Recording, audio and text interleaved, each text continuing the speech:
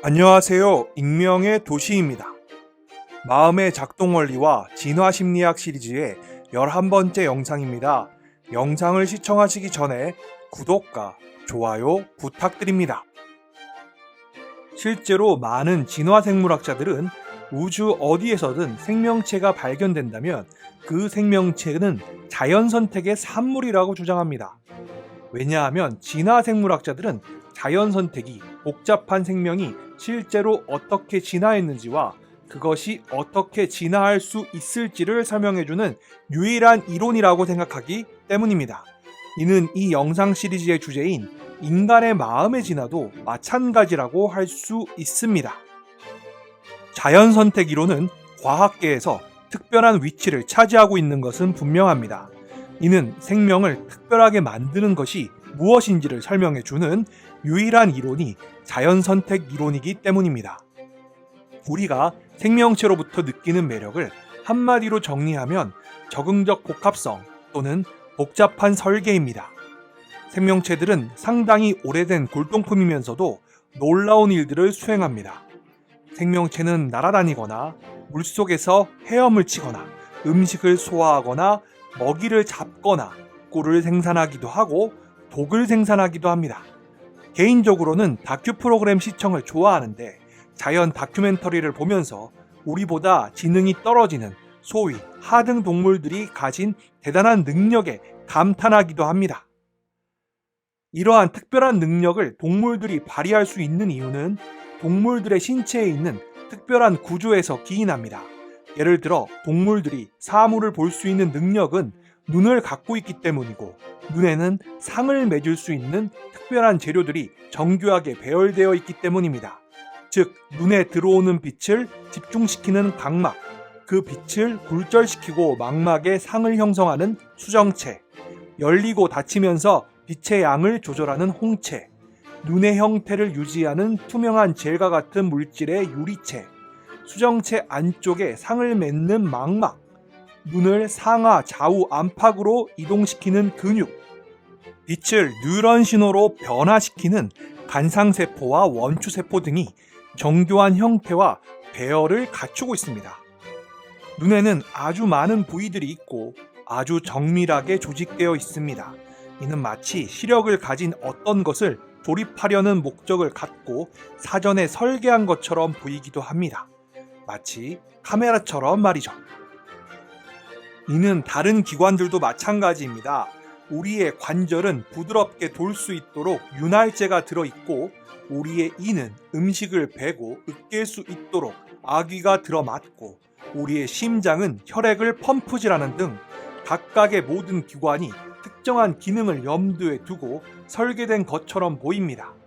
이는 마치 목적론으로 설명이 되는데 이러한 생명체의 정교함은 신의 계획이 아니라면 설명될 수 없다는 것처럼 들립니다.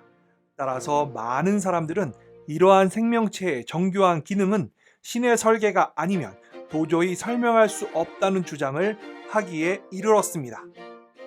이에 반해 찰스 다윈 이래 많은 진화 생물학자들은 진화를 입증했는데 그들의 주장의 핵심 중에 하나는 복제입니다. 복제라는 과정을 통해 대부분의 특성이 고스란히 복제된 생명체의 사본이 만들어집니다. 예를 들어 여기에는 두 가지의 상태가 존재한다고 가정합시다. A. 투명한 수정체를 가졌다. B. 잘 본다. 당연히 A가 먼저이고 그로 인해 B가 가능합니다. 따라서 B는 A를 야기할 수 없습니다.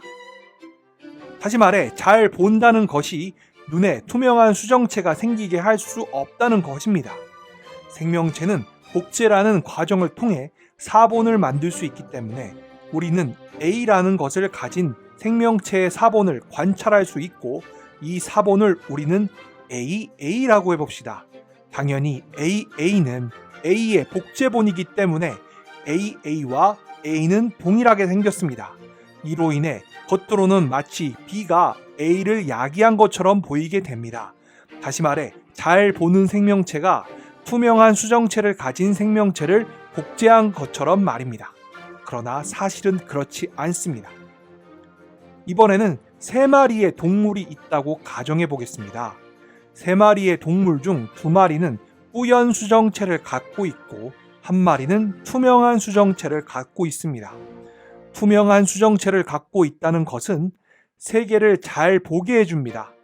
잘 본다는 것은 3마리 중 이 1마리 동물이 포식자를 잘 피하고 짝을 찾음으로써 번식을 할 수 있게 해줍니다. 그 후손 역시 투명한 수정체를 갖고 있고 잘 볼 수 있습니다. 문제는 여기에만 그치는 것이 아닙니다. 눈에는 투명한 수정체만 있는 것이 아니기 때문입니다. 생명체는 대를 이어 계속 자신의 복제자를 만들어냅니다. 투명한 수정체를 가진 동물의 자손이 번식을 했다고 가정해 보겠습니다. 자식들 중 몇몇은 다른 자식들보다 더 동그란 안구를 갖고 있으며 동그란 안구는 상위 중심에서부터 바깥쪽으로 맺히기 때문에 더 잘 볼 수 있습니다. 따라서 이들은 더 좋은 시력을 갖추게 되고 이는 더 성공적인 번식으로 이어져 이들의 다음 세대는 투명한 수정체, 동그란 안구를 모두 갖추게 됩니다. 이러한 방식으로 각 세대마다 좋은 시력을 낳는 특성들이 불균등하게 다음 세대로 전해집니다. 이런 이유로 몇 세대가 지난 후에 후세대의 복제자들은 마치 지적인 설계자가 설계한 것 같은 특성들을 갖게 되는 것처럼 보이게 됩니다.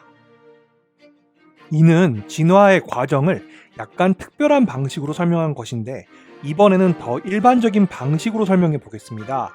태초에 복제하는 능력을 갖춘 분자 혹은 결정체는 자연 선택의 산물이 아니었습니다.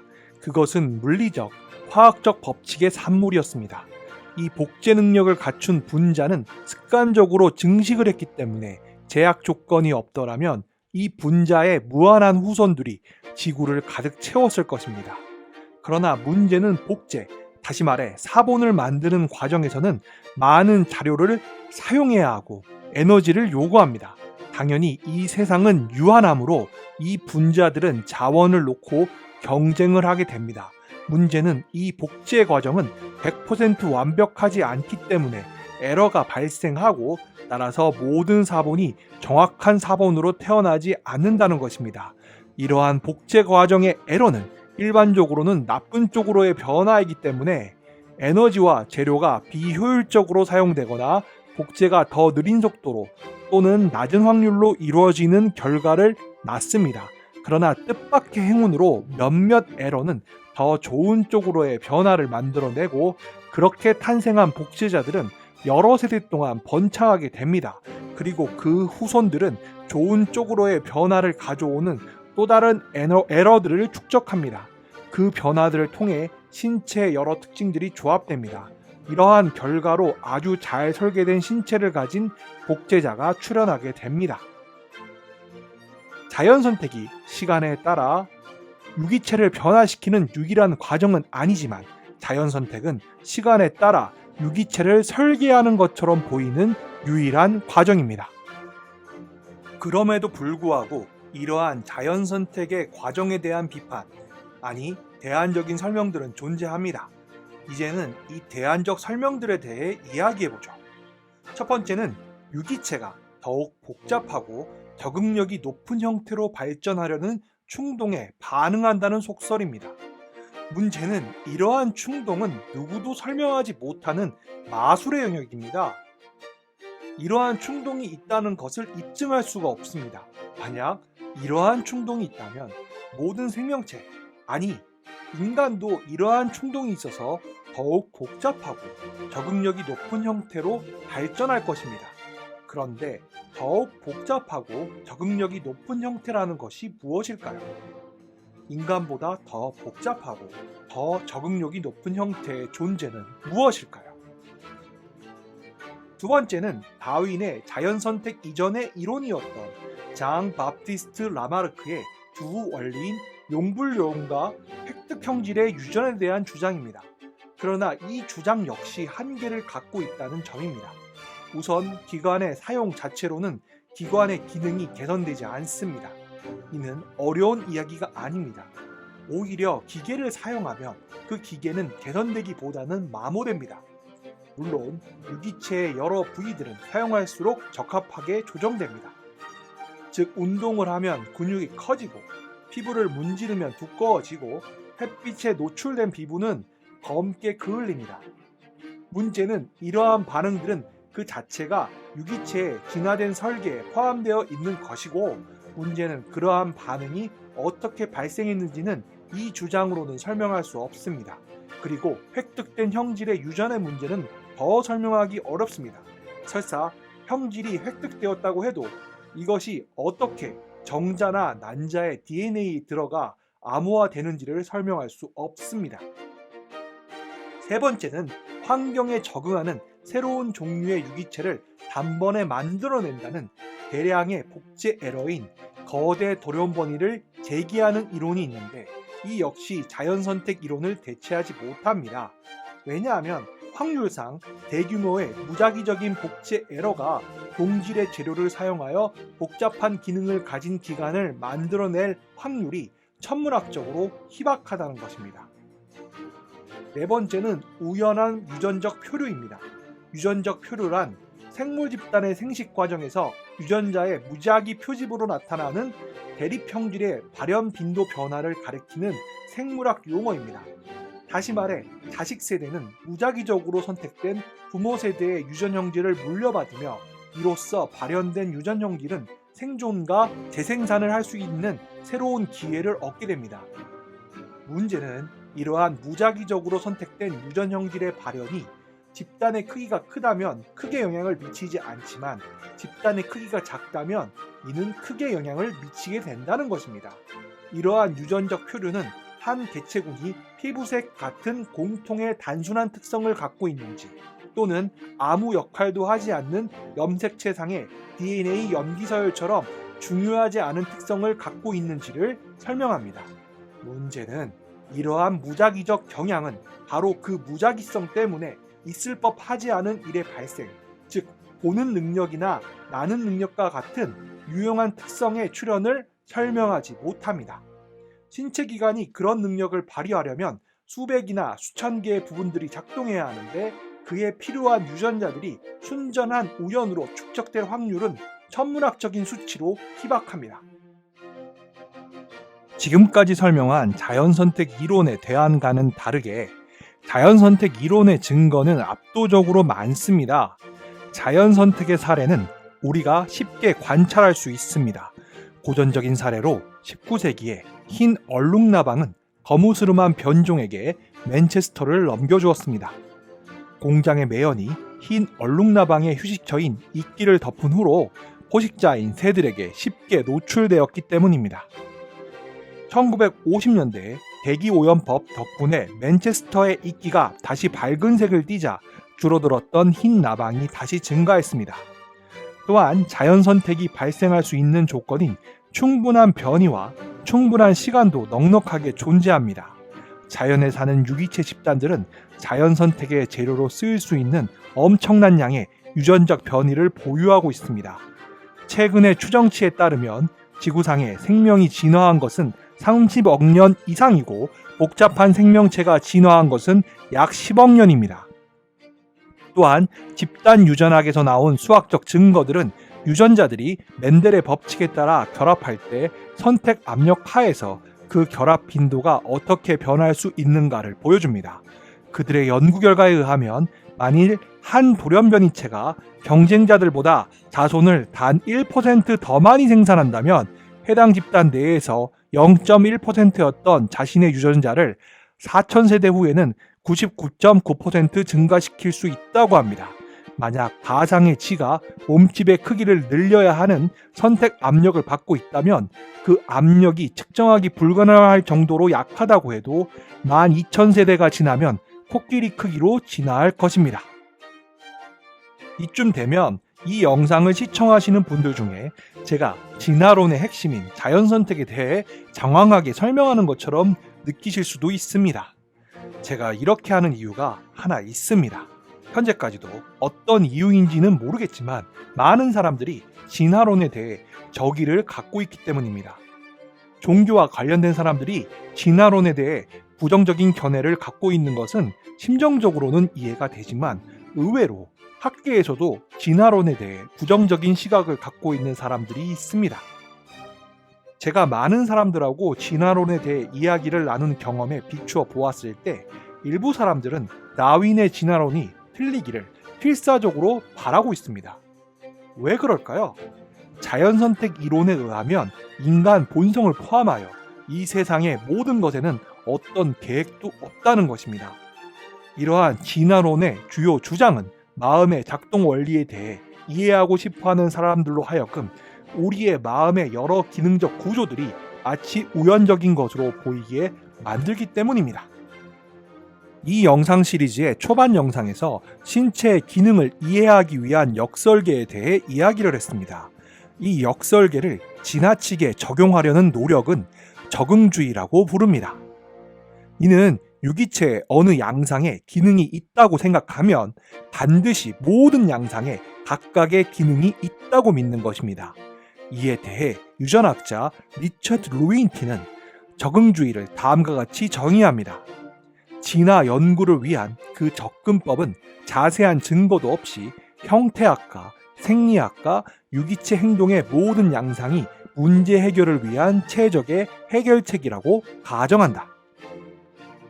사실 진화론에 대해 정확히 이해하는 사람이라면 복잡한 기관은 적응의 산물, 즉 자연선택의 산물이라고 믿는 동시에 복잡한 기관이 아닌 자질들은 우연의 산물이거나 다른 어떤 적응의 부산물이라고 믿습니다. 예를 들면 혈액이 빨간 것은 빨간색이라서 선택된 것이 아니라 산소를 운반하는 분자의 선택에서 파생된 부산물로 그 분자가 우연히 빨간색이기 때문입니다. 인간을 포함한 모든 동물들은 진화의 조상들로부터의 유산을 갖고 있습니다. 예를 들면 남자의 정관이 고안에서 음경으로 직접 이어지지 않고 몸 안으로 휘어져 들어가서 요관을 거친 후 다시 나오는데 그것은 우리 파충류 조상의 고안이 몸 안에 있었기 때문입니다. 그리고 포유 동물의 몸은 정액을 생산하기에는 너무 더웠기 때문에 고안은 차츰 밑으로 내려와 음낭 속으로 들어갔습니다. 이는 자연선택이 최단 거리를 설계하는 예측력을 갖지 못했다는 것을 보여주는 전형적인 사례 중의 하나입니다. 결국 동물은 그다지 훌륭하게 설계된 존재가 아니라고 할 수 있습니다. 자연선택은 근시안, 죽은 과거의 것들의 영향, 그리고 선택 가능한 생물학적, 물리학적 구조에 한정될 수밖에 없다는 한계에 얽매여 있습니다. 인간 설계자와는 달리 자연선택은 좋은 설계를 하지 못합니다. 비유하자면 동물은 조상이 남긴 고철로 만들어진 기계이고 단지 이따금씩 엉뚱하게 유용한 해결책을 발견하는 것입니다. 따라서 자연선택은 인간 설계자와 같은 예측력이 없기 때문에 한계가 많아 보이지만 실상은 그렇지 않습니다. 자연선택은 유용성에 의해서만 지배되므로 결국 영리하고 창의적인 해결책에 도달합니다. 수천 년 동안 생물학자들은 놀라움과 즐거움 속에 생물계의 천재적인 장치들을 발견해 왔습니다. 예를 들면 뱀의 적외선 카메라, 박쥐의 음파 탐지기, 따개비의 강력 순간 접착제, 거미의 강철 같은 실 등은 우리에게 놀라움을 선사해 줍니다. 생태계의 냉혹한 경쟁은 유기체의 생존권을 끊임없이 위협하는데 그 과정에서 무모한 설계가 나오면 가차없이 응징해 버립니다. 분명히 진화에는 한계가 있습니다. 왜냐하면 진화는 조상이 물려준 유산, 그리고 단백질로 성장할 수 있는 조직의 종류에 의해 제약됩니다. 프로펠러가 아무리 유리해도 새는 그런 장치를 진화시킬 수 없습니다. 또한 진화에 대한 한 가지 광범위한 오류가 있는데 그것은 진화의 과정에서 한 기관의 기능이 변하면 자연선택에 의해 진화한 것이 아니라는 생각입니다. 이와 관련하여 대표적인 오류 중에 하나는 곤충의 날개는 원래 이동을 위한 것이 아니었다는 것입니다.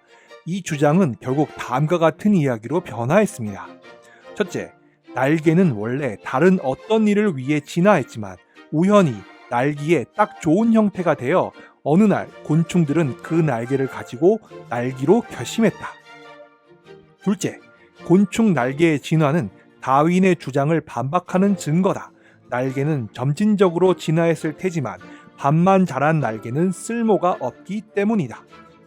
셋째, 새의 날개는 원래 이동을 위한 것이 아니었다. 저는 이 이야기를 처음 들었을 때 너무 어이가 없어서 속된 말로 이게 무슨 소리야? 라는 생각을 했던 기억이 있습니다. 우선 사실은 다음과 같습니다. 오늘날 존재하는 많은 기관들이 원래의 기능을 유지하고 있습니다. 눈은 빛을 느끼는 점에서 시작해 상이 맺히는 안구에 이르기까지 항상 눈이었습니다. 물론 기능이 변한 것들도 있습니다. 그러나 그것은 새로운 발견이 아니었습니다. 진화론에 의하면 물고기의 가슴 지느러미가 말의 앞다리, 고래의 앞 지느러미, 새의 날개, 두더지의 앞발, 인간의 팔로 변한 것입니다. 이러한 유사성은 진화의 강력한 증거였고 지금도 그러합니다. 창조론자들은 최종 형태만이 유용하다면 복잡한 기관이 어떻게 점차로 진화할 수 있었을까라는 문제를 제기합니다. 그리하여 최종 형태 이전에는 사용이 불가능했으리라는 전제를 하는데 이는 매우 잘못된 것입니다. 예를 들어 부분적인 눈은 부분적인 시력을 갖고 있으며 부분적인 시력은 전혀 못 보는 것보다는 낫습니다. 저는 스마트폰을 바꾸었을 때 기존에 사용하던 스마트폰을 버리지 않습니다.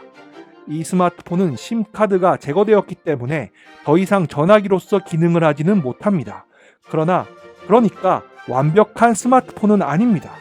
그러나 여전히 다른 기능은 사용 가능합니다. 와이파이만 잡을 수 있으면 여전히 인터넷 검색도 가능합니다.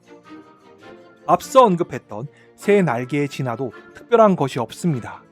절반의 날개로는 독수리처럼 높이 날지는 못하지만 그래도 나무에서 활강하거나 낙하산처럼 펴고 내려올 수 있고 달리다 갑자기 뛰어오르거나 몇 미터씩 날아갈 수도 있습니다. 곤충의 날개 역시 설명 가능합니다.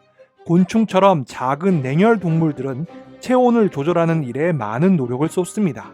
곤충은 크기 대 표면적 비율이 높기 때문에 빨리 더워졌다 빨리 식습니다. 아마도 곤충의 초기 날개는 조절 가능한 태형 전지판으로 진화해서 추워지면 태양 에너지를 흡수하고 더워지면 열을 방출하는 기능을 했습니다. 저는 항상 자연 다큐를 볼 때마다 느끼는 감정은 누가 이것을 보고 자연 선택을 믿지 않을까였습니다. 그런데 교회에 다니는 친구들과 진화론에 대해 이야기하다가 그들은 동물과 식물의 놀라운 점을 사례로 제시하면서 이것이야말로 신이 세상을 창조한 증거다 라고 말하는 것을 듣고 한방 맞은 느낌을 받았습니다. 저와 그들은 설명 방식은 달랐지만 설명이 필요한 사실에 대해서는 선언적으로 동의했습니다. 자연 선택은 설계의 기원에 대한 가설이며 가설은 거짓으로 입증될 수도 있어서 번거로운 경험적 요구들을 강요합니다. 자연 선택은 복제자들의 경쟁을 통해서 작동합니다. 그런데 자연 선택 혹은 진화론에 대해 비판하는 사람들은 생물체에게서 설계의 흔적이 보이고 복제자들의 오랜 계통에서 발생하지 않은 것이 발견되면 무엇이나 자연선택 이론으로 설명되지 않고 이는 자연선택을 반박하는 증거라고 주장할 것입니다. 진화론에 대해 부정적인 소문과 속설이 난무하지만 자연선택은 여전히 생물학적 설명의 핵심입니다. 유기체는 적응과 적응의 부산물 그리고 무작위성의 상호작용으로만 이해될 수 있습니다. 부산물과 무작위성은 적응을 가로막지 않으며 우리 눈에 식별되지 않는 것도 아닙니다. 이는 유기체에게 아주 큰 매력을 제공해서 자연선택의 견지에서 유기체를 역설계하게 만듭니다. 이러한 논리는 인간의 지능에도 그대로 적용됩니다. 어떤 로봇도 복사하지 못하는 재주를 가진 마음의 주요 기능들은 자연선택의 능력을 보여줍니다. 그렇다고 해서 마음의 모든 측면이 적응적이라는 뜻은 아닙니다. 뉴런의 게으름과 무작위성 같은 저차원의 특징에서부터 미술, 음악, 종교, 꿈 같은 중요한 활동에 이르기까지 우리는 생물학적 의미에서 적응이 아닌 마음의 활동들을 발견하게 됩니다. 따라서 마음이 어떻게 작동하는가에 대한 우리의 이해가 마음이 어떻게 진화했는가에 대한 우리의 이해와 맞물립니다. 이번 영상은 여기까지입니다. 지금까지 시청해 주셔서 감사합니다. 이상 익명의 도시였습니다. 여러분의 구독과 좋아요는 영상 제작에 큰 힘이 됩니다.